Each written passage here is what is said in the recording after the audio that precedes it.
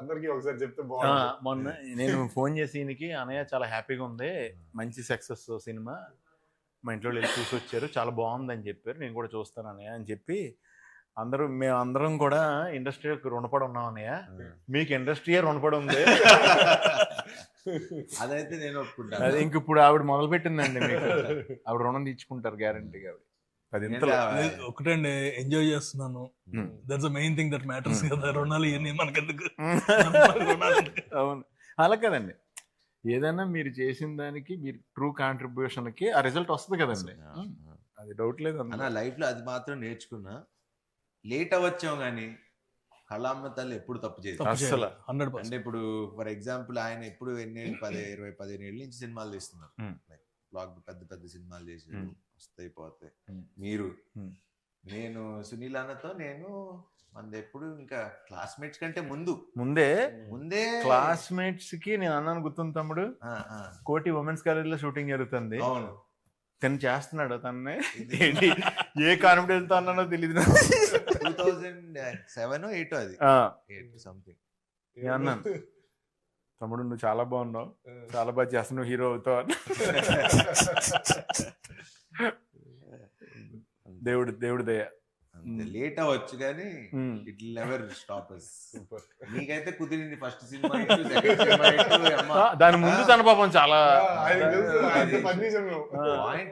పని అందరూ అసిస్టెంట్ డైరెక్టర్లుగా చిన్న క్యారెక్టర్లు తీసుకొచ్చిన వాళ్ళు అందరూ, కానీ ఫస్ట్ సినిమా నుంచి హిట్ కొట్టేసి సెకండ్ హిట్ సిండ్రోమ్ అని ఉంటుంది, అది కూడా దాటేసి అంతకన్నా ఫస్ట్ దానికన్నా సెకండ్ ఇంకా పెద్దది చేసి నాకు ఇప్పుడు చార్మింగ్ స్టార్ నువ్వే. లేదు శర్వ, ఫస్ట్ దానికి సెకండ్ దానికి కూడా తనకి ఎప్పుడు టఫ్ గానే ఉండేది. బౌద్ధ మూవీస్ ఏంటి అనుకోకుండా సెకండ్ అసలు టఫ్ గా ఉండాల్సింది కాదు, స్లోగా నా ప్రాబ్లం అది. But the way he mean structured everything final గా ఎక్కడ కూడా నేనన్నా అప్పుడప్పుడు కానీ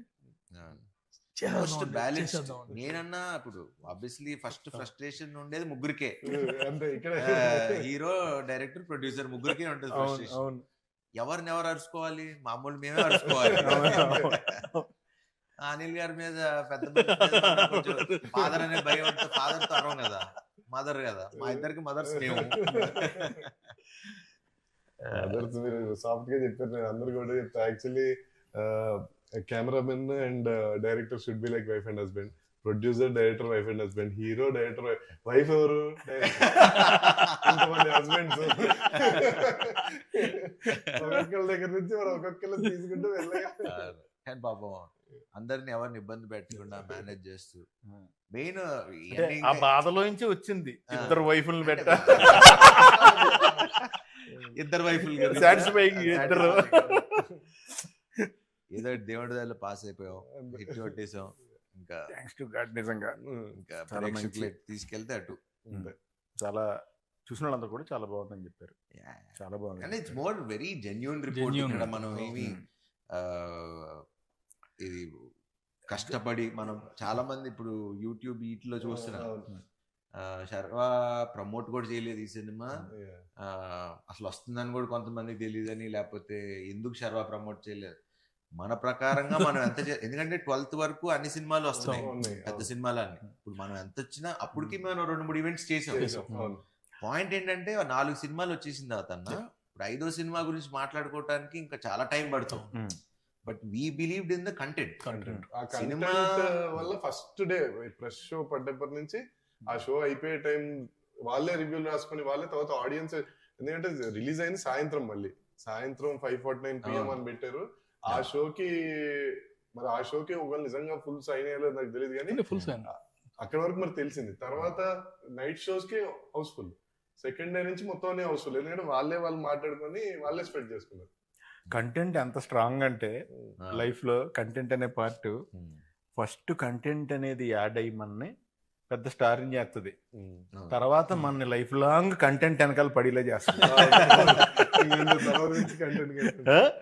అంతే కదా.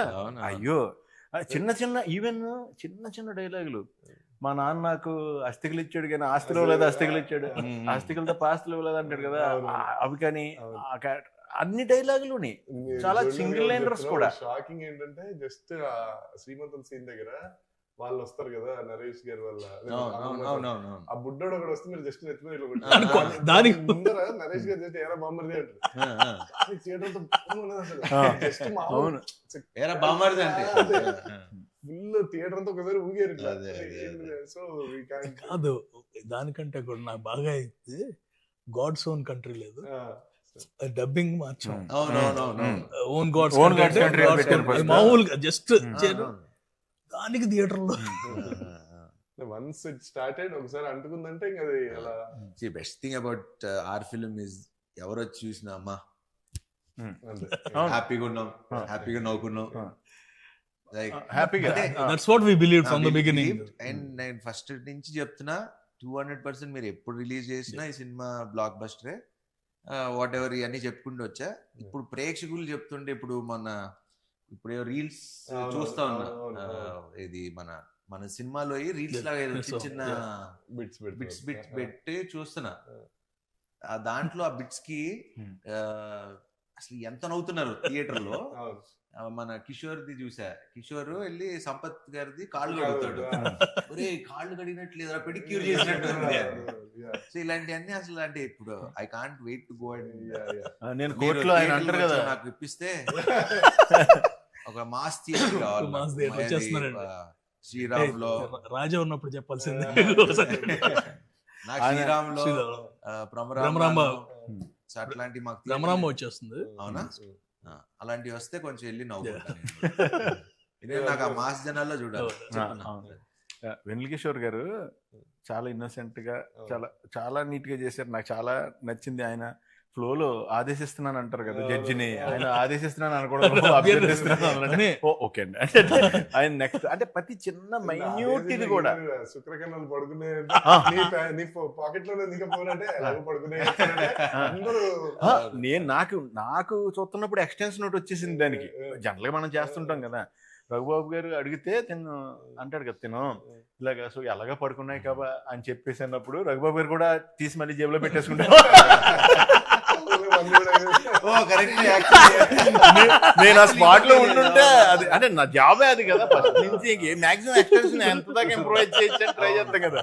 అప్పుడు రావు గారు ఇంకెలాగ ఉపయోగం లేదా సరే అని నాకు ఇలాంటి అంటే నువ్వు ఆల్రెడీ ఏబిసిడి రాసావు కాబట్టి డిఎఫ్ ఐడియా అవుతుంది. మళ్ళీ అది నువ్వు రాయలేదనుకో మాకు రాదు ఏబిసిడి మేము అక్కడ.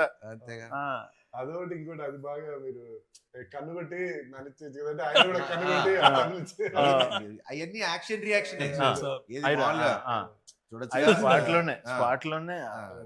స్పాట్ లో అది నాకు సత్య రియాక్షన్ లో టాప్ రియాక్షన్. పెళ్ళికొడికి ఎక్కడ చాలా కూల్ గా నరేష్ గారు ఎంట్రీ అసలు ఒక జర్కిస్తారు కదా తర్వాత ఆయన సూపర్. అదొకటి మీ ఇద్దరిది ఆ ఇంట్లో స్కూటీ ఎలా నడుపుతారు ట్రాక్ కూడా కొంచెం నాకు కొత్తగా ఉంది నాది. నేను ఇప్పుడు దాకా చేసిన ఇక్కడ చేసిన దాంట్లో అది కొంచెం అంటే వాడు స్టోరీని బిగిస్తున్నాడు, వాడు ప్రాబ్లం అవుతున్నాడు హీరోకి, మళ్ళీ నేమో సొల్యూషన్ అవుతున్నాడు హీరోకి, మళ్ళీ జాలి పడుతున్నాడు, మళ్ళీ హీరో వల్ల మోసపోతున్నాడు. అంటే ఇన్ని షేడ్లు ఉన్నాయి అందులో. హైలైట్ నరేష్ గారు హైలైట్ అంటే ఎంత ఓన్ చేసుకున్నాడంటే ఆ క్యారెక్టర్ బేసిక్లీ అసలు ఇంకా వదిలేసుకోవాలి, సిగ్గు అన్ని వదిలేసుకోవాలి. And obviously is a wonderful actor. నాకు ఎక్కడంటే బాగా అంటే కామెడీ మనం ట్రై చేయొచ్చు, మనందరం చేయొచ్చు ఇవన్నీ, కానీ నేను అది ఆ సీన్ ఉంటుంది ఏది మన ఈ అమ్మాయి ఆ అమ్మాయి ఇంటికి వస్తే ఆ అమ్మాయి డైలాగ్ నేను చెప్తున్నా, మీరు అబ్జర్వ్ చేయండి.